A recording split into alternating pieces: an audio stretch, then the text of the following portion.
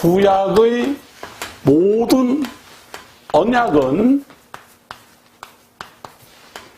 그리스도 초림 때까지로 성취된다. 이렇게 제가 이제 배웠고 또 저도 그렇게 생각을 했습니다. 구약의 모든 내용이 그리스도 초림, 요 사복음서로 성취되었다.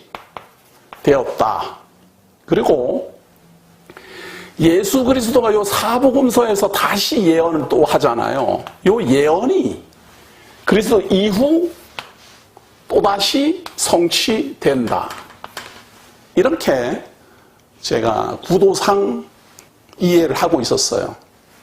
최근에 살펴보니까 신천지에서도 이런 구조더라고요. 신천지도 이런 구조였어요. 저는 그때는 몰랐습니다. 몰랐고.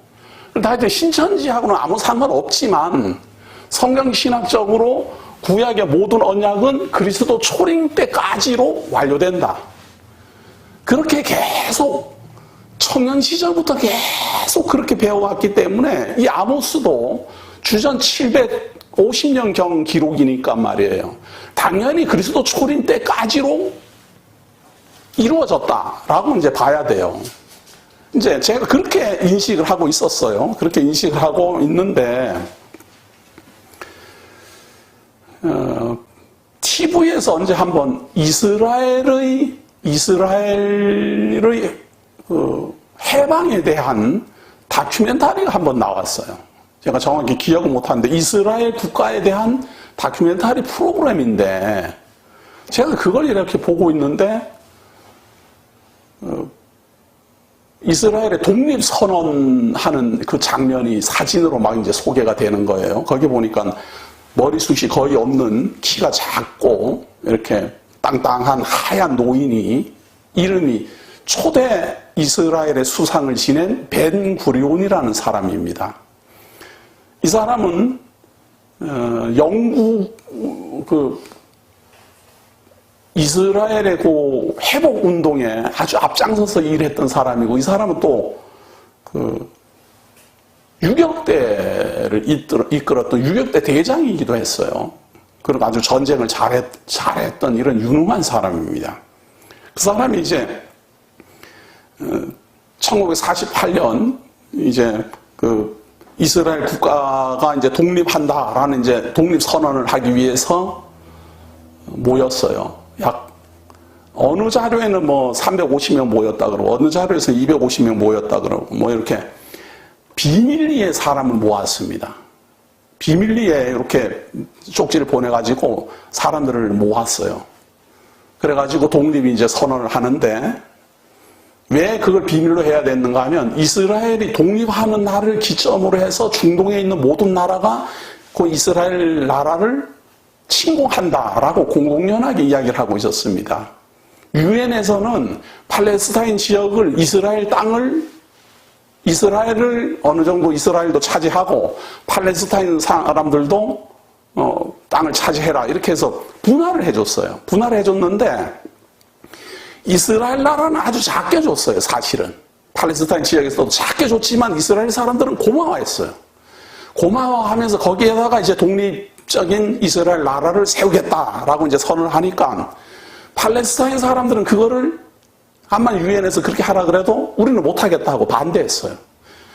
그뿐 아니라 주변에 있는 아랍 국가가 다 반대했어요. 왜냐하면 이 화약보다 불씨를 제거해야 된다 이렇게 돼 있었어요.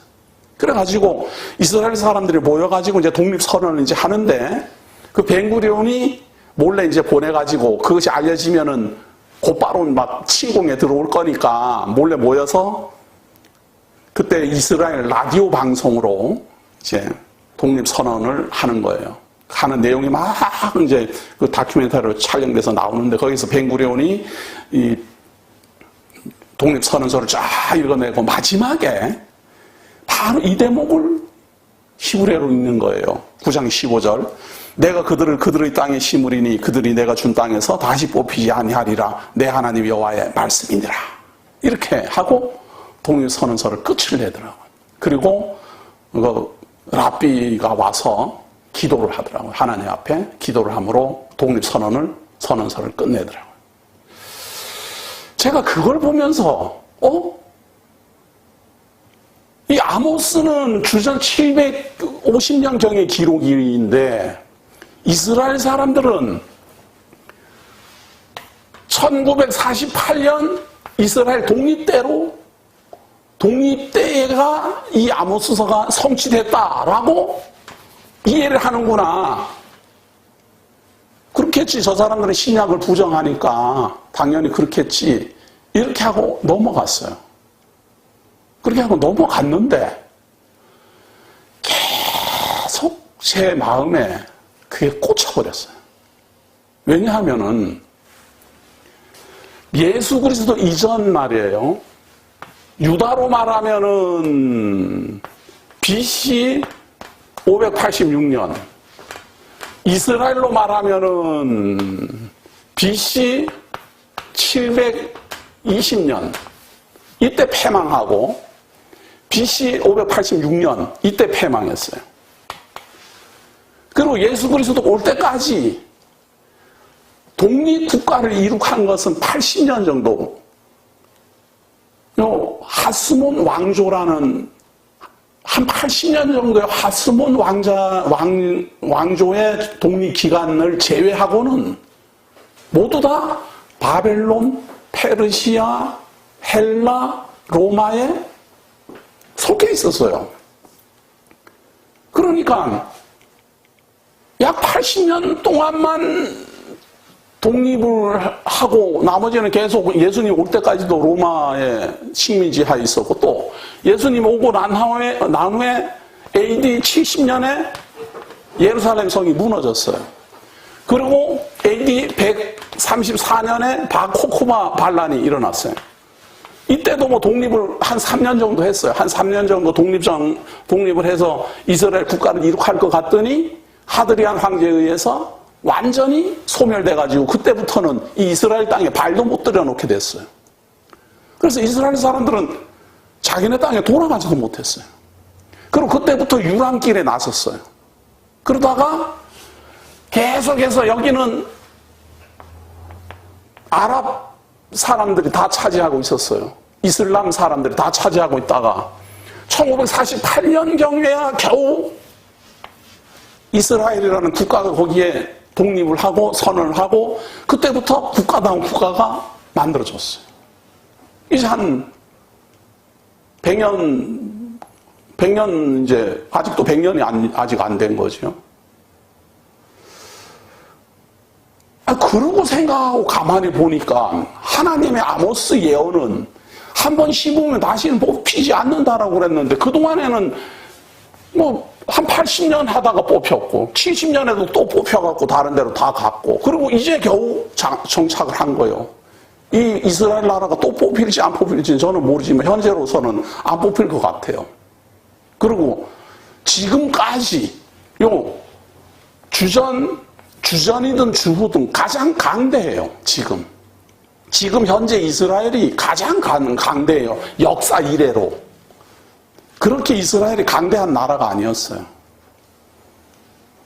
그동안은 계속 소수 민족이었다가 유랑민족이었다가 이제 겨우 잘 정착하고 독립 이후 지금은 강대국으로 지금 부상하고 있어요.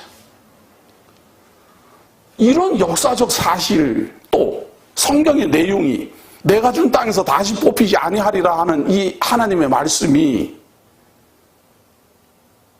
어떻게 되겠어요, 이게? 주전에 다 이루어졌다라고 말을 하면. 그러니까 제가 제 입으로 하나님의 말씀이 틀렸습니다라고 해야 될 것 아니에요? 이 아모스가 예언을 잘못했습니다라고 해야 될 것 아니에요? 정말 힘들었어요. 그래서 지금은 제가 이 구조에 갇히지 않았어요. 구조에 갇히지 않고, 물론 구약의 예언이 예수 그리스도로 말미암아 이루어진 것도 있고 지금도 이루어지는 것도 있고 장차 이루어질 것도 있어요. 이사야서에 천년왕국 이루어질 걸 예언하고 있잖아요. 그거 아직 안 이루어졌잖아요. 그러면 예수 그리스도 이후에 장차 이루어질 거예요. 아직도 이루어진 적이 없으니까. 그런가 하면 이사야서에 처녀가 잉태하여 아이를 낳으니 그 이름 임마누엘이 하리라. 그건 이루어졌잖아요. 그러니까 이루어진 것도 있고 이루어지는 것도 있고 이루어질 것도 있다 라고 저는 구약을 봅니다. 그래서 이 구도를 이제 제가 완전히 벗어나서 해석을 하기 때문에 아모스서도 그렇게 봅니다. 그렇게 보기 때문에 오늘은 자유롭게 제가 이 아모스서도 예수 그리스도 이후 성취된 내용으로까지 조금 더 구체적으로 연구한 바대로 증거를 해드릴까 그렇게 생각을 합니다. 자, 아모스 1장 1절로 옵니다. 1장부터 이게 사실 양은 굉장히 많지만 말이에요. 제가 간략간략히 소개하는데 똑같은 내용이 소개되고 있어요. 1장 1절 봅니다. 유다왕 우시아의 시대 곧 이스라엘 왕 요아스의 아들 여로보암의 시대 지진 전 2년에 드고와 목자 중 아모스가 이스라엘에 대하여 이상으로 받은 말씀이라. 이 목자라는 말이죠. 이 목자가 그렇게 신분이 높은 사람이 아니다라는 뜻입니다. 그리고 목자 중에서도 이제 농사 짓는 이런 정도의 천민에 속하는 그런 사람입니다. 그런 사람에게 이제 하나님이 예언을 하도록 하는데요. 1절에, 2절에 보시면은 가장 먼저 그가 이르되 여호와께서 시온에서부터 부르짖으시며 예루살렘에서부터 소리를 내시리니 목자의 초장이 마르고 갈멜산 꼭대기가 마르로다. 일단 이 땅이 황폐하게 될 것을 선언합니다. 지금 우리가 이스라엘 땅을 보는 그것이 황폐한 상태예요. 이스라엘 땅이 지금은 막 참 문명이 발달을 해가지고 목동이나 목자나 이런 활동력이 부족하더라도 얼마든지 먹고 사는 이런 시대이지만 고대 시대 같으면요, 지금의 이스라엘 땅처럼 그렇게 황폐하면 사람들 먹고 살기 힘듭니다. 풀도 잘 나지 않고 가물고 너무 척박하잖아요. 그런데 적어도 아모스가 기록할 때는 그 나라가 그런 나라가 아니었어요. 제가 호세아, 요엘에서도 계속 강조한 것처럼 거기는 푸른 초원의 지대라 그래갖고 사람들이 살기가 가장 좋은 그런 지역이었어요. 그런데 하나님이 예언을 하는 겁니다. 이렇게 황폐하게 될 거다. 자, 그러면서 그 팔레스타인 지역의 모든 나라에 대한 패망을 예언합니다. 3절부터 보시면 다메섹에 대한 패망이에요. 이 다메섹이 지금 우리가 시리아 내전으로 지금 시끄러운 그러한 곳입니다만은 여기가 이스라엘 팔레스타인 지역의 상층부죠. 윗부분입니다. 윗부분인데 3절 보세요. 여호와께서 이와 같이 말씀하시되 다메섹의 서너 가지 죄로 말미암아 내가 그 벌을 돌이키지 아니하리니 이는 그들이 철 타작기로 타작하듯 길르앗을 압박하였음이라. 내가 하사엘의 집에 불을 보내리니 벤하닷의 궁궐들을 사르리라. 내가 다메섹의 빗장을 꺾으며 아웬 골짜기에서 그 주민들을 끊으며 벳에덴에서 규 잡은 자를 끊으리니 아람 백성이 사로잡혀 기르에 이르리라. 여호와께서 말씀하셨느니라. 이 다메섹은 말이에요, 이 아람 민족들의 어떤 그런 국가로 형성됐는데 이 다메섹은 이 이스라엘하고 말이에요, 이스라엘의 베가 왕이 있을 때에 요 다메섹하고 연합해갖고 유다를 침공합니다. 아하시아 왕이, 아하스 왕이 유다를 통치할 때 요 둘이 연합해갖고 침공을 해요. 그때도 이사야를 통해갖고 예언하지요. 이 다메섹이 망할 것이다 라고 예언을 했는데 이미 아모스는 그 전에 그걸 예언하고 있는 겁니다. 그런 침공이 있기도 전에 벌써 이 다메섹은 망한다 라고 하나님이 예언하고 있는 겁니다. 그런데 이런 똑같은 내용으로 지금 여기는 3절부터 시작해서 5절이잖아요. 똑같은 내용으로 다메섹이 패망한다라고 예언했어요. 지금 이스라엘 땅, 이 팔레스타인 지역으로 말하면은 북이스라엘입니다. 북이스라엘. 남쪽 유다는 지금 제외됐고 북이스라엘을 중심으로 북이스라엘에서 윗지방이 바로 다메섹이에요. 거기가 패망한다. 그 다음에 6절로부터 시작해서는 블레셋입니다. 블레셋은 8절까지 똑같은 내용이에요. 이 블레셋도 패망한다. 7절 보세요.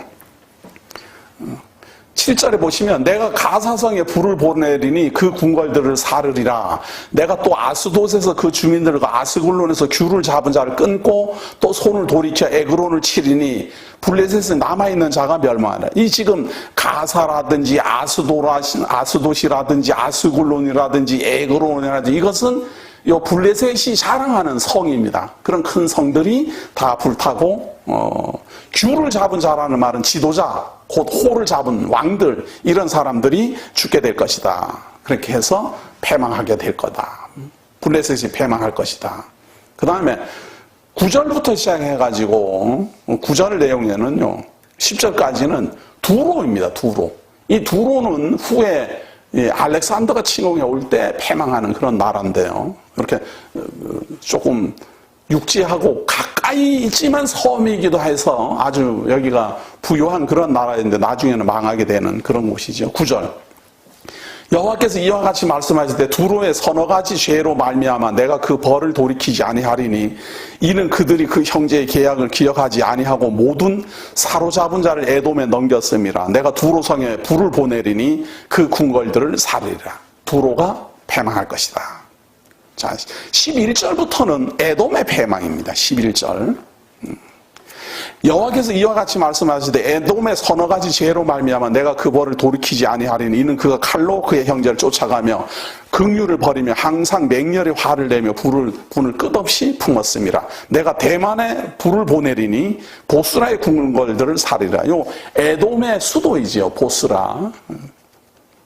지금 요 보스라 지역의 궁궐들은 지금 유명한 관광지가 되어 있지요. 그런데 하나님께서 여기가 번창할 때 지금 예언을 망할 것이다 라고 예언하고 있는 겁니다. 자, 13절은 에돔입니다. 똑같은 내용입니다. 에돔에 대한 패망을 선언하고 있습니다. 14절 내가 랍바성에 불을 놓아 그 궁궐들을 사르되 전쟁의 날에 외침과 해울의 바람의 날에 폭풍을 할 것이며 그들의 왕은 그 지도자들과 함께 사로잡혀 가리라. 여호와께서 말씀하셨느니라. 그 다음 2장에서는 모압의 패망입니다. 2장 1절부터 시작해서는 모압 3절까지 모압이 패망할 것이다. 2장 2절입니다. 내가 모압에 불을 보내리니 그리옷 궁궐들을 사르리라. 모압이 요란함과 외침과 나팔 소리 중에서 죽을 것이라. 내가 그 중에서 재판장을 멸하며 지도자들을 그와 함께 죽이리라. 여호와께서 말씀하시니라. 자, 이것은 지금까지 제가 읽어드린 내용은 이 이스라엘 땅이 말이에요. 갈릴리로 해서 사해라면 유다가 여기에요. 그리고 나누어서 여기가 이스라엘입니다. 이스라엘인데 요 윗지방이 다메섹, 그리고 여기가 지금 모압, 암몬, 또 요 아래가 에돔, 요 사해 아래지요. 여기가 에돔, 블레셋은 여기, 요 가사 요쪽 지역. 그러니까 요 이스라엘 놓고 이렇게 뺑 돌아가면서 다 패망한다. 그런 이야기입니다. 그런 이야기를 지금 예언을 했고. 자, 4절에서 보면은 유다에 대한 예언이 나옵니다. 4절, 2장 4절. 여호와께서 이와 같이 말씀하시되 유다의 서너 가지 죄로 말미암아 내가 그 벌을 돌이키지 아니하리니 이는 그들이 여호와의 율법을 멸시하며 그 율례를 지키지 아니하고 그의 조상들이 따라가던 거짓 것에 미혹되었음이라. 내가 유다에 불을 보내리니 예루살렘의 궁궐들을 사르리라. 자, 그런데 이 유다는 패망이라는 말을 쓰지 않고 말이에요. 예루살렘의 궁궐들이 불태워질 것이다. 그 말만 합니다. 뭐 끊어지고 패망하고 나라가 없어진다 그런 말이 없어요. 그 다음에 이스라엘입니다. 이스라엘. 이제 이스라엘에 대한 예언. 요 아모스는 전체 내용이 이스라엘에 대한 예언이에요. 여기 유다 아니고 여기 요 북이스라엘에 대한 예언이거든요. 자, 이스라엘에 대한 예언이 이제 나옵니다. 여호와께서 이와 같이 말씀하시되 이스라엘의 서너 가지 죄로 말미암아 내가 그 벌을 돌이키지 아니하리니 이는 그들이 은을 받고 의인을 팔며 신한 걸레를 받고 가난한 자를 팔며 이게 지금 이 이스라엘의 죄를 말이에요. 조목 따지는 겁니다. 다른데 지금까지 우리가 읽은 것처럼 뭐 암몬이니 모압이니 에돔이니 뭐 가사니 다메섹이니 이거는 너희들 다 망한다 패망한다 이렇게 간단하게 말하잖아요. 간단하게 말하고 유다도 그렇게 간단하게 말했어요. 예루살렘 궁궐이 불살라진다. 그런데 이스라엘에 대해서만큼은 그들의 죄상, 그 죄의 상태, 그 범죄의 모습을 구체적으로 다 말합니다. 그래서 이 아모스는 이스라엘의 예언가입니다. 예언 선지자입니다. 이스라엘의 선지자요 예언가입니다.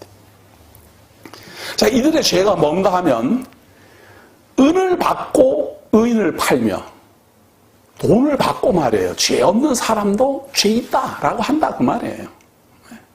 돈을 받으면 죄 없는 사람도 죄인이다라고 한다 그 말이에요. 쉽게 말해서 누가 이간질하면은 도움을 좀 받았으면 그 이간질하는 사람 말이 맞다라고 해준다 그 말이에요. 또 신 한 컬레를 받고 가난한 자를 팔면 신 한 컬레로 사람을 팔고 사고 하는 거예요. 그만큼 이 가난한 사람들 알기를 우습게 하는 값어치가 가난한 사람의 값어치가 신 한 컬레 값어치밖에 안 돼. 힘없는 자의 머리를 티끌 먼지 속에 발로 밟고 아주 심약한 사람, 힘없는 사람, 연약한 자의 길을 굽게 하며 아버지와 아들이 한 젊은 여인에게 다녀서 아버지와 아들이 한 젊은 여인에게 다녀요. 그러니까 아버지도 건드리고 아들도 건드리고 지금 이게 망조거든요. 나라가 망해갈 때 그 성문란함이 바로 이런 거거든요. 이런 거. 이게 뭐 질서가 다 뭐 무너진 거죠. 성적 개념이 없는 거죠. 뭐 아버지도 건들고 아들도 건들고. 지금 우리나라는 무슨 전 세계적으로 어떤 그 여성들의 그 성희롱 문제 이런 것이 많이 대두됐어요. 근데 저는 그걸 이렇게 보면서 우리나라에 참 의인들이 굉장히 많구나. 저는 그런 생각이 들어요. 우리나라에 언제 이렇게 의인들이 많았을까? 저는 사실 이런 것이 뉴스로 나오기도 전에 우리나라의 그 성문화가 너무너무 악하게 변해가고 있다는 소식, 뉴스 이런 걸 들으면서 개탄스러워하던 사람이었어요. 그래서 뭐 등산에 뭐 간다든지 동창회 간다라든지 그런 거 저 별로 좋게 보지 않는 그런 사람이에요. 뭐 또 묻지마 관광이라든지 이런 걸로 그런 뉴스를 이래 보면서 아, 이거 정말 우리나라가 왜 이렇게 될까 하고 나라 걱정을 해야 될 정도로 저는 그 성문란함에 대해서 의문점을 가지고 있었는데 요즘 뭐 지도자급에서 그런 일 났다. 뭐 저는 지도자급에서 그런 일들이 나는 거는 저는 뭐 일찍부터 뭐 다 예감하고 있었고 뭐 들리는 말도 있었기 때문에 크게 놀랍지 않아요. 다만 이제 드러났다는 거가 놀라운 건데 제가 더 놀라고 있는 건 왜 이렇게 의인들이 많아요? 다 죽여야 된다고 난리 치는데, 우리나라에 이렇게 의인들이 많았구나. 참, 예수님이 간음하다 잡힌 여자들 어떻게 할까요? 하고 물을 때, 예수님이 죄 없는 자는 돌 들어 쳐라 그랬는데, 우리나라에 놓으면 그냥 다 돌 들고 칠 것 같아요, 제가 봐서는. 진짜 그렇게 자신들이 있는지 저는 거기에 솔직히 더 놀래고 있어요. 우리 지혜로운 성도들은요, 그런 사태를 보고, 물론 그런 짓 하는 것이 잘못이지요. 큰 문제지요. 지도자들 그렇게 하면 안 되지요. 그리고 그런 일에 억울하게 당한 사람은 또 불쌍히 여겨야지요. 가볍게 여겨야 되고, 참, 오죽하면은 그런 요구를 물리치지 못하고 그렇게 힘없이 당했나. 그런데 더 중요한 거는 우리를 돌아보아 하나님께 감사해야 돼요. 하나님이여, 저는 참 그런 자리에 서 있지 않게 해주셔서 고맙습니다. 저도 그런 권세가 있었으면 그럴 수도 있는 사람인데 하나님이여, 낮게 낮춰주셔서 참 그러지 않은 거 고맙습니다. 제가 가난한 사람이 돼서 당하기만 해서 감사합니다. 제가 부유했으면 남을 괴롭힐 수도 있었을 텐데 오히려 감사합니다. 이런 생각이 나야 되고, 그래서 내가 지금 현재 처해 있는 것이 내가 진짜 의로워서가 아니라 하나님이 나로 하여금 낮추고 낮춰서 결코 가난한 사람을 무시할 수 없고 못 배운 사람을 천히 여길 수 없고 어떤 사람에게 권세를 부릴 수 없는 그런 위치에 있는 우리 자신을 하나님께 감사하고, 하나님이 저를 이렇게라도 보호해 주셔서 고맙습니다. 혹시라도 제가 그런 자리, 혹시 그런 위치에 서게 되더라도 하나님이여, 제가 지금 가진 이 심정 변하지 않도록 붙들어 주옵소서. 그런 기도할 수 있는 그런 지혜가 우리에게 필요합니다. 그것이 지금 돌아가는 세상을 바라보는 성도들의 자세라고 저는 생각을 합니다.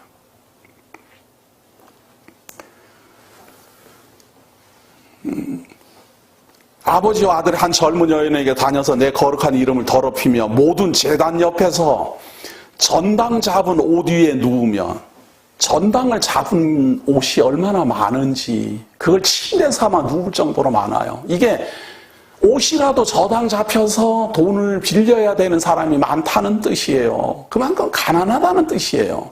가난한 사람이 많다는 뜻이에요. 그래서 전당 잡은 옷으로 참 침대 삼아서 누워있을 정도로 부유한 사람도 부유해요. 돈 많은 사람은 돈이 많은데 없는 사람은 그렇게 없어요. 그러면 돈 많은 사람이 그렇게 유시를 해요. 불쌍히 여기지 않고. 그들의 신전에서 벌금으로 얻은 포도주를 마심이니라.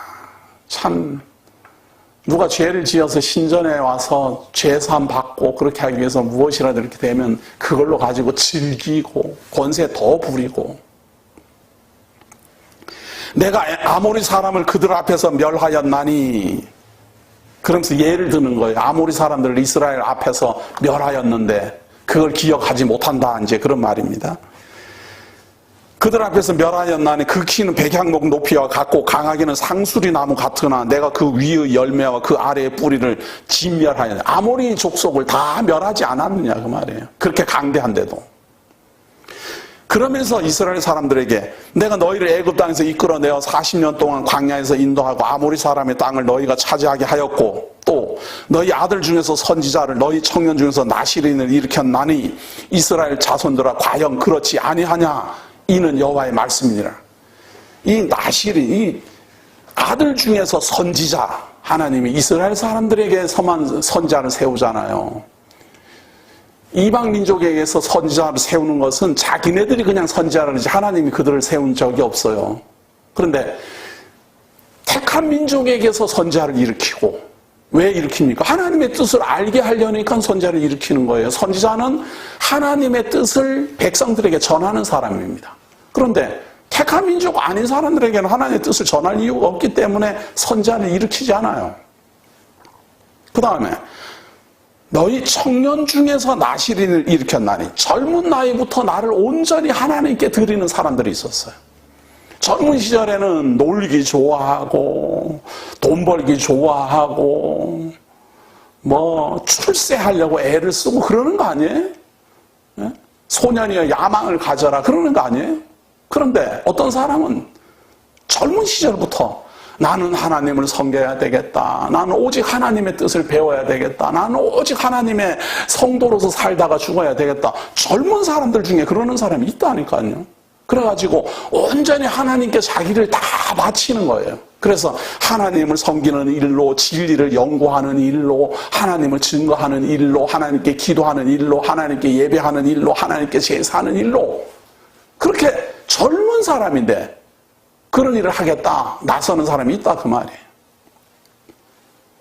요즘은 저는 간혹 보면은 이제 은퇴하고 난 다음에 하나님 일하겠다고 그러는 사람들 이렇게 보면은 참 마음이 너무 이상해요. 저는 아니 세상적으로 이제 할 일 다 없어지니까 이제 뭐 더 이상 하고 싶은 것도 없고 할 능력도 없고 은퇴 다 해갖고 어디서 오라는 데도 없으니까 지금부터 하나님의 일을 하겠다? 저는 솔직히 그렇게 생각하지 마시고 이제 세상 일 다 할 만큼 다 했고 더 이상 할 것도 없고 이제 힘이 없으면요. 하나님을 위해서 일한다 그러지 말고 하나님의 일에 마지막으로 봉사하고 협력한다 그렇게 해 주십시오. 이게 왜 그런가 하면요. 하나님의 말씀을 배우는 것, 증거하고 이러는 것도 다 때가 있거든요. 때가. 그래도 교회를 섬기고 하나님의 진리의 말씀을 연구하고 그러려면 어려서부터 말이에요. 일찍부터. 거기에 막 그 세상에 대한 어떤 그런 욕망이나 이런 것도 자제하고 거기에 매진하는 사람들한테 그런 건 맡겨주셔야 돼요. 그리고 누구나 또 그렇게 하면은 안 되잖아요. 그런 사람이 있고 또 협력해주는 사람도 있고 그렇게 해야 조화가 맞지, 조화가. 그런데 아이고 내가 막 평생을 두고 내가 막 집사로서 교회에 봉사만 하네. 아이고 난 그래가지고 뭐 은퇴한 뒤에 목사하겠다고 그래갖고 아니 70일에서 목사 안수 받고 이러는 걸 보면요. 자기 스스로 뭔가 지금 하나님 앞에 조금 부끄럽지 않는가? 저는 그런 생각이 들어요. 이 지금 아모스에서도 아주 너무 중요한 말을 하고 있어요. 나시린이 청년인데 나시린이 되는 거예요. 그런데 이 청년이라 보니까 보세요. 12절에 그러나 너희가 나실 사람으로 포도주를 마시게 하며 또 선지자에게 명령하여 예언하지 말라 하였느니라. 못하게 방해를 해요. 아니 젊은 시절부터 참 하나님을 증거하고 하나님께 예배드리고 하나님께 기도하는 걸로 살고자 하는 사람을 자꾸 유혹하고 비웃고 조롱하고 우습게 알고 이 나시린은 온전히 하나님께 모든 것을 다 맡기고 하나님께 드려진 사람이라는 것이 이 자기 스스로 서원하는 사람도 있고 하나님이 나시린으로 선택하는 사람도 있어요. 삼손은 하나님이 나시린으로 선택한 사람이에요. 그런데 율법적으로 내가 나시린으로 살겠습니다. 이렇게 선언하는 사람이 있어요. 그런 나시린도 있어요. 그런 사람들은 유혹을 받기가 쉽습니다. 그리고 하나님을 위하여 살았는데 뭐 가진 게 뭐가 있겠습니까? 가난해요, 다. 가난해야 정석이죠. 근데 이게 물질적으로 이렇게 가난하면 무시당하게 된다니까요. 그러니까 조롱하고 우습게 여기고 거기다가 또 선지자에게 명령하여 예언하지 말라. 듣기 싫다. 아니면 이제 이런 이야기죠. 니나 잘해라. 막 듣기 싫다면. 이게 망조입니다. 망조. 하나님 말하지 마라. 말이지. 하나님 믿으려면 너나 믿지 뭔 소리냐. 뭔지 이런 이야기죠. 그래서 하나님이 보라 곡식단을 가득히 실은 수레가 흙을 누름같이 내가 너희를 누르리니 빨리 다름질하는 자도 도망할 수 없으며 강한 자도 자기 힘을 낼 수 없으며 용사도 자기 목숨을 구할 수 없으며 활을 가진 자도 설 수 없으며 발이 빠른 자도 피할 수 없으며 말 타는 자도 자기 목숨을 구할 수 없고 용사 가운데 그 마음이 굳센 자도 그날에는 벌거벗고 도망하리라. 여호와의 말씀입니다. 하나님이 패망케 하는 그날 아무리 돈이 많아도 소용없고 아무리 빨리 달려도 소용없고 아무리 무기가 많아도 소용없고 아무리 큰 용사라도 소용없다. 반드시 나시린을 포도주를 먹이고 예언하지 못하게 한 그 죄값, 가난한 사람을 무시하고 짓밟은 그 죄값 하나님이 반드시 보응하겠다. 그러니까 억울한 일을 당하셔도요, 이 말씀을 기억하셔야 돼요. 하나님이 아신다. 하나님이 아신다. 혹시나 누구에게 참 어려움을 당했습니까? 그걸 직접 복수하려고 나서지 마시고 하나님께서 하신다. 그게 성도다운 자세예요. 내가 직접 안갚음하겠다 나서는 것은 그게 바로 불신자의 자세예요. 근데 세상에 강팍하다가 보니까 저부터도 무슨 일을 당하면 못 참는 거예요. 못 참는 거예요. 못 참는 게 그런데 불신자의 자세라니까요. 하나님께서 하신다라고 참는 게 성도의 자세예요. 그런데 요즘은 이상하게 참으면 바보가 되고 말이죠. 나서갖고 떠들어대면 그것이 똑똑한 사람처럼 취급을 받는, 이게 바로 세속주의예요. 이게 바로. 완전히 교회가 세속화돼 버렸어요. 그래가지고 뭐 잘난 척하고 무슨 정치 문제니 교회 문제니 떠들어대면 똑똑한 줄 알고, 말없이 하나님 앞에 하나님께서 아십니다. 하나님께서 아십니다. 이렇게 생각하는 사람은 이상하게 바보처럼 취급당하고 말이죠. 그러나 이 아모스에서도 말하는 것처럼 하나님께서 아무리 용서하면 뭐합니까? 아무리 빨리 다름질하면 뭐합니까? 하나님께서 심판하실 날이 있을 겁니다. 보응하실 날이 있을 겁니다. 이스라엘 자손들아, 여호와께서 너희에게 대하여 이르시는 이 말씀을 들으라. 애굽 땅에서 인도하여 올리신 모든 족속에 대하여 이르시기를, 내가 땅의 모든 족속 가운데 너희 많은 알았나니 그러므로 내가 너희 모든 죄악을 너희에게 보응하리라 하셨나니. 두 사람이 뜻이 같지 않은데 어찌 동행하겠어? 하나님 이스라엘 사람들하고 뜻이 달라졌다 그 말이에요. 하나님은 우하는데 이스라엘 백성들은 좌한다 이 말이에요. 그러니까 같이 못 가겠고, 사자가 움킨 것이 없는데 어찌 수풀에서 부르짖겠으며 젊은 사자가 잡은 것이 없는데 어찌 굴에서 소리를 내겠느냐. 하나님이 소리를 내는 이유가, 소리를 낼 일이 있다 그 말이에요. 왜? 이스라엘 사람들이 하나님을 우습게 한다. 내 백성이 하나님의 말씀을 예언하지 못하게 하고 하나님에게 바쳐진 사람을 우습게 여기고 가난한 사람 짓밟더라 이 말이에요. 그걸 지금 비유로, 사자가 잡은 것이 없는데 어찌 굴에서 소리를 내겠느냐. 무엇인가가 이유가 있다 그러면, 이유가 지금 무엇 때문에 유다가 망하고 무엇 때문에 이스라엘이 망하느냐. 이유가 있다 그러면, 너희들이 범죄했기 때문에 그렇고 하나님하고 뜻이 다르기 때문에 그렇다 그러면. 덫을 땅에 놓지 않았는데 새가 어찌 거기 치겠으며 잡힌 것이 없는데 덫이 어찌 땅에서 튀겠느냐. 무엇인가가 지금 원인 제공을 했고 너희들이 원하지 않는 일을 저질렀기 때문에 이런 일이 벌어지는 거고, 하나님이 시온에서부터 이제 심판을 단행할 것이다. 6절을 보니까 성읍에서 나팔이 울리는데 백성이 어찌 두려워하지 아니하겠으며 여호와의 행하심이 없는데 재앙이 어찌 성읍에 임하겠느냐. 하나님이 심판을 하지 않는데 어떻게 재앙이 성읍에 임하겠습니까? 지금 요한계시록 우리가 강론하고 있지만 하나님이 약속을 안 하셨으면 그것이 어떻게 이루어지겠습니까? 그래서 7절을 보세요. 너무도 중요한 내용이 나옵니다.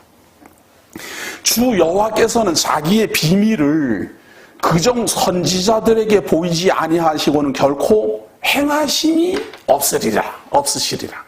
이것이 성경과 역사의 차이점입니다. 성경은 반드시 미리 예언을 한 거예요. 우리가 지금 이 아모스를 보고 있지만 미리 예언되어 있는 걸 보고 있잖아요. 역사는 예언된 대로 이루어진 것을 기록한 것이 역사예요. 그런데 이것이 한번 생각해 보세요. 500년 전에 예언을 하고 100년이 지나서 400년 전에 이루어졌어요. 그리고 그것을 400년이 흘러서 100년 전에 누군가가 역사로 기록을 했어요. 그러면은 현재 살고 있는 우리는 이게 역사적으로 기록된 내용하고 예언으로 기록된 내용하고가 헷갈려 버려요. 이게 시제가 뒤집어져 버려요. 그러니까 하나님께서는 미리 예언을 하시고 이루셨는데 그 이루어진 걸 보고 기록한 것이 역사인데, 그 후대 사람이 볼 때는 이 시간 개념이 없어져 버려가지고 역사를 보아도 그렇고 예언된 내용을 보아도 그렇고, 제가 강론하는 중에 가장 특징이 그 시제를 중요시 여기잖아요. 계속해서 이것이 예언입니다 하고 말하는 것은 그 특징을 모르고 이렇게 읽으면요, 역사책 같잖아요. 이게 이스라엘 역사가 같이 보이잖아요. 이스라엘 역사. 물론 이스라엘 역사이지만 예언이라니까요. 이루어지기 전에 기록하고 있는 것. 때문에 우리가 이걸 이렇게 보면서 이거 이스라엘 역사네. 그 말은 곧 하나님 예언한 대로 이루어졌네 하는 말이에요. 그걸 모르고 보는 것이 안타깝지요. 7절 또 한 번 강조합니다. 주 여호와께서는 자기의 비밀을 그종 선지자들에게 보이지 아니하시고는 결코 행하심이 없으리라. 사자가 부르짖은즉 누가 두려워하지 아니하며 주 여호와께서 말씀하신 누가 예언하지 아니하겠느냐.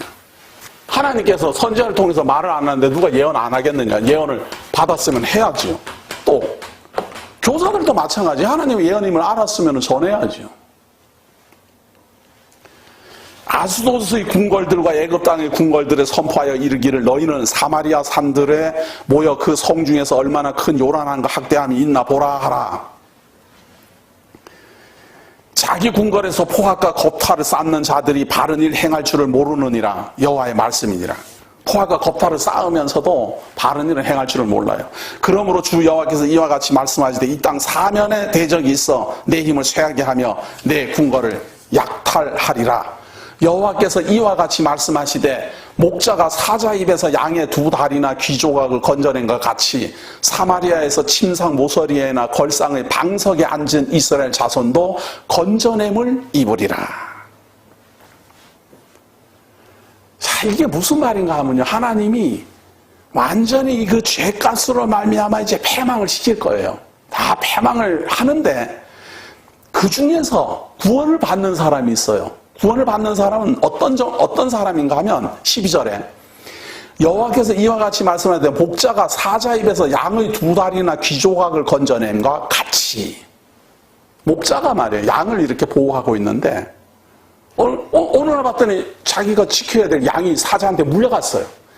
그래서 지팡이를 들고 그 양을 구하러 막 뛰어갔더니 이미 벌써 다 뜯어먹고 다리나 좀 남고 귀 여기는 좀 남고 그만 벌써 다 먹어버린 거예요. 다 뜯어 먹어버린 거예요.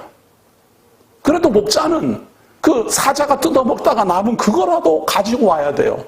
왜냐하면 그게 잡혀먹은 증거니까. 아이고 내 양이 누군데. 이 목자들은 말이에요, 양에다가 이름을 다 붙이잖아요. 가능한 이름도 붙이고 뭐 번호도 매기고 다 그렇게 하는데 자기 사랑하는 양이 잡혀먹었어요. 그러니까 나머지라도 이렇게 가지고 온다. 이게 뭔 말인가 하면 다 망해버리고 조금 구원을 받는다 이런 말이에요. 또 사마리아에서 침상 모서리에나 걸상의 방석에 앉은 이스라엘 자손도 건져냄을 입으리라. 우리가 볼 때는 말이에요, 구원을 받는 사람은 뜀박질 잘하고 잘 피해 다니고 용맹하고 그래야지 구원을 받을 것 같지만 이 말은 뭔 말인가 하면 침상 모서리에나 걸상의 방석에 앉은 이스라엘, 겁이 나서 도망도 못 가는 사람들, 혹은 다리가 불편해갖고 달리지도 못하는 사람들, 그래갖고 우리가 봤을 때는 가장 먼저 죽어야 될 것 같은 그런 사람들이 구원을 받는다 그 말이에요. 다만 소수가 활을 잘 쏘든 부유하든 용맹하든 뭐 잘 달리든 아무 상관없이 다 죽는데 오히려 조금 남은 사람들이 구원을 얻고 오히려 도망도 못 가갖고 침상 모서리에 벌벌 붙어갖고는 벌벌 떠는 이런 사람들, 방석에서 어머나 하고 말이죠, 이렇게 꼼짝도 못하는 이런 사람들이 구원에 이른다.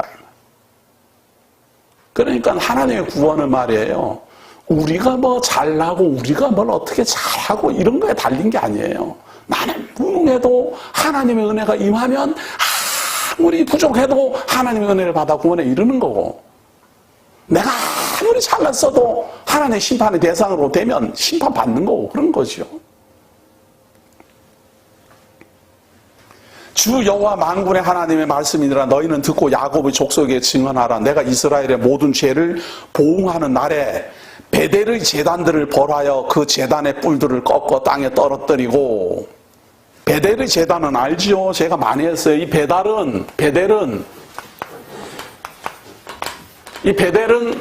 여로보암이 왕이 되어서 북이스라엘의 왕으로 베델에다 제단을 만들었고 단에다가 단을 만들었어요. 그래서 하나님이 이 베델은 산당이라 그래요. 산당.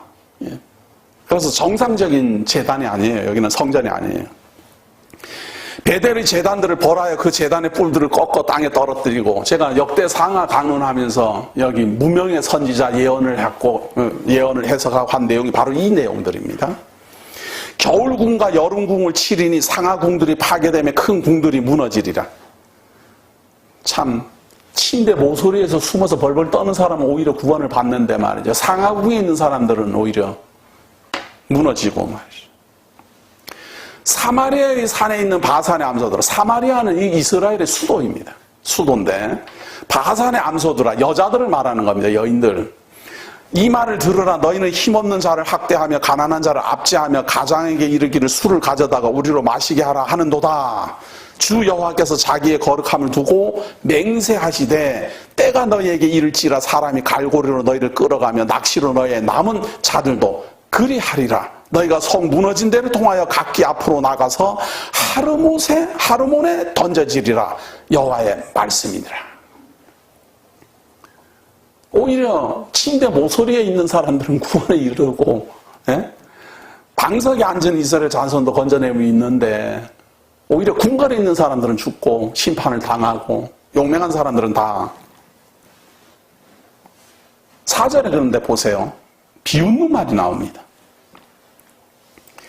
너희는 베델에 가서 범죄하며 베델에 가서 실컷 제사 지내라 말이에요. 그게 범죄라 그 말이에요. 베델에 가서 열심히 제사 지내라. 그게 범죄라 이 말이에요. 근데 자기네들은 베델에 가서 제사 지내면서 누가 범죄라고 그랬어요. 제사 받으려고 베델에 가서 제사 지내지. 근데 그게 범죄라 이 말이에요.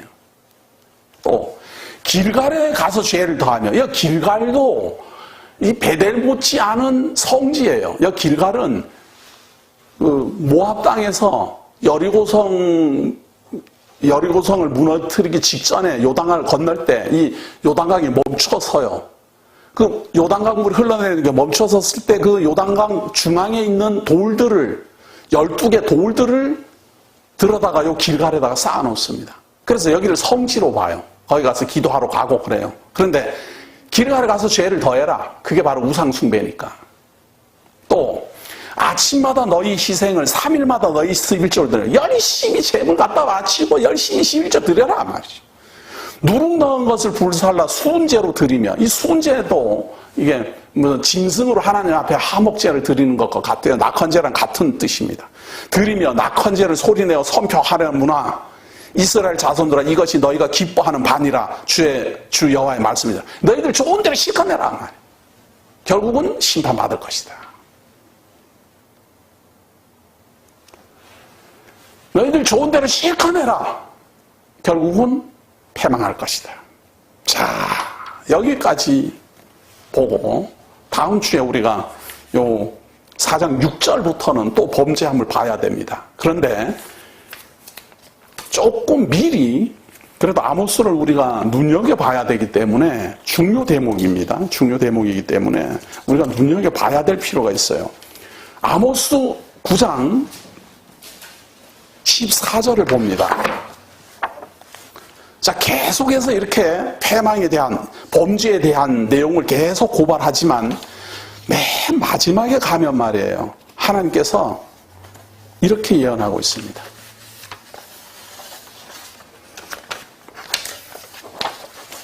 (9장 14절) 내가 내 백성 이스라엘이 사로잡힌 것을 돌이키리니 그들이 황폐한 성읍을 건축하여 거주하며 포도원들을 가꾸고 그 포도주를 마시며 과원들을 만들고 그 열매를 먹으리라. 이게 지금 이스라엘이 돌아온다라는 예언이잖아요. 그런데 이렇게 이스라엘이 돌아와가지고 사로잡힌 것을 돌이킨다 이렇게 예언하고 있는데 그보다 조금 전에예요. 요거는 이제 이스라엘이 완전히 구원을 받을 것이다라는 예언이지만 그 조금 전에 예언이 있어요. 무슨 예언인가 하면 이방인 구원에 대한 예언입니다. 자, 북이스라엘이 지금 750년경 예언을 하고 있어요. 예언을 하고 있는데 언제인지는 모르지만 이스라엘이 회복될 것이다 라는 예언은 이미 우리가 결론적으로 확보를 했어요. 확보를 하고 이스라엘의 회복이 있기 전에 이걸 믿으려면 말이에요. 이스라엘이 회복된다라는 걸 믿으려면 반드시 뭐를 봐야 되는 거예요? 이 앞에 내용을 먼저 봐야 될 것 아니에요. 이루어진 것들을 봐야 될 것 아니에요. 9장 11절 봅니다. 그날에 내가 다윗의 무너진 장막을 일으키고 그것들의 틈을 막으며 그 허물어진 것을 일으켜서 옛적과 같이 세우고 그들이 에돔의 남은 자와 내 이름으로 일컫는 만국을 기업으로 얻게 하리라. 이 일을 행하시는 여호와의 말씀이니라. 이게 무슨 말인가 하면은 이스라엘의 회복 앞에 에돔을 비롯한 만국, 에돔도 이방인이고, 그런데 이 에돔은 말이에요, 에서의 후손들이기 때문에 이방인 중에서도 그래도 이스라엘에 좀 가까운 겁니다. 이스라엘의 사촌이잖아요. 야곱 족속의 야곱하고는 형제간이니까. 그런데 그 에돔하고 에돔의 남은 자와 내 이름으로 일컫는 만국을 기업으로, 하나님의 이름으로 일컬어지는 만국이니까 이게 바로 이방인들이에요. 이것을 얻게 하리라, 그거예요. 그러니까 에돔 족속을 비롯한 만국이 구원을 얻게 된다라는 예언인데, 이것이 이스라엘이 회복되기 전에 먼저 예언이 되어 있어요. 그런데 이것을 이렇게 예언한 이 내용이 우리가 신약에서 언제 이루어졌는가를 확인해 볼 필요가 있어요. 주전 750년경의 예언이니까 우리가 살펴봐야죠. 요한복음 10장 11절을 봅니다. 요한복음 10장 11절.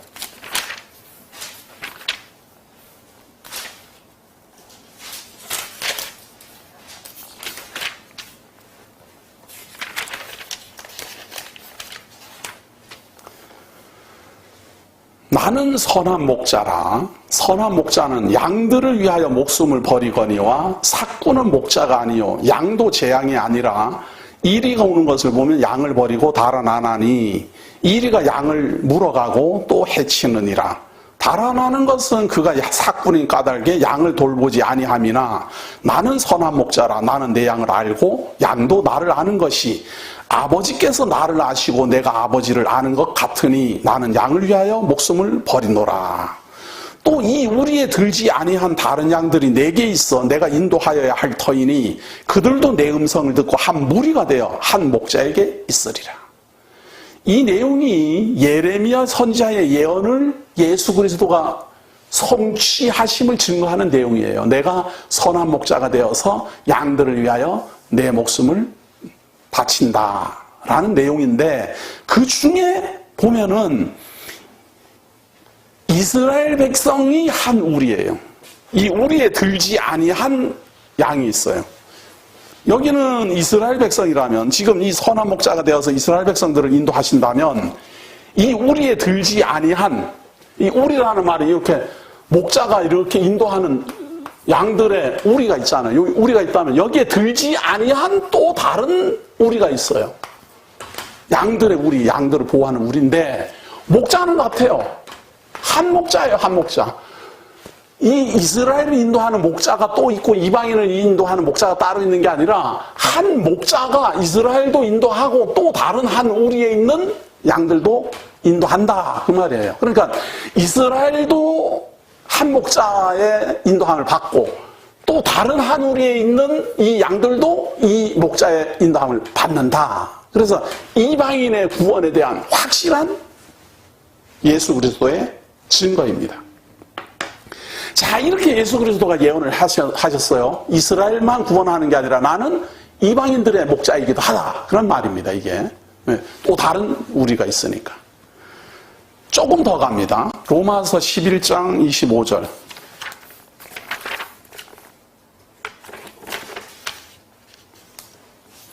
제가 봅니다. 형제들아, 너희가 스스로 지혜 있다 하면서 이 신비를 너희가 모르기를 내가 원하지 아니하노니 이 신비는 이방인의 충만한 수가 들어오기까지 이스라엘의 덜어는 우둔하게 된 것이라. 그리하여 온 이스라엘이 구원을 받으리라 기록된 바 구원자가 시온에서 오사 야곱에게서 경건하지 아니하는 것을 돌이키시겠고 내가 그들의 죄를 없이 할 때에 그들에게 이루어질 내 언약이 이것이란가 같으니라. 그러니까 예수 그리스도가 말씀하신 대로 이스라엘 백성이 한 우리가 있고 이방인들이 한 우리가 있어요. 그런데 이 우리는 수가 있어요. 정해진 수. 이방인의 수. 이방인의 수가 차기까지 이스라엘 백성들이 완악하게 된 거예요. 그리고 이 이방인의 수가 차고 나면 이스라엘도 다시 구원을 받게 될 거예요. 그래서 하나님의 예언이 이루어진다. 그거예요. 그러니까 당연히 지금 우리가 아모스를 보고 있잖아요. BC 750년의 예언이 결론은 이스라엘 회복을 예언하고 있어요. 그런데 이 회복을 예언하기 전에 반드시 먼저 시행되어야 될 것이 무엇인가 하면 에돔과 그 외의 만국 백성이 구원 얻는 일이 먼저 있어야 돼요. 반드시.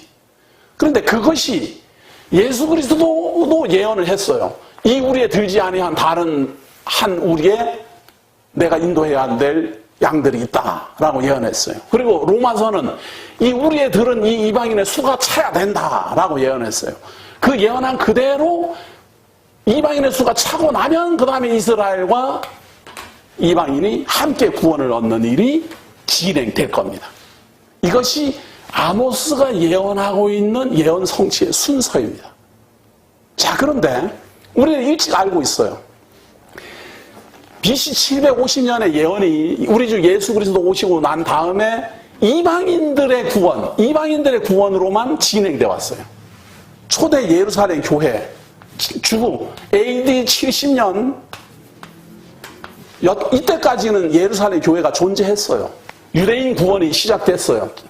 유대인 구원을 받았고 그 다음부터 시작해갖고 박 호쿠바 운동이 일어난 이후부터 시작해갖고 이스라엘 백성이 회복될 때까지, 아직 이 회복된 이스라엘 사람들은 예수 그리스도 안 믿어요. 안 믿지만 일단은 그 회복될 때까지 이방인들의 구원이 계속 진행돼 왔어요.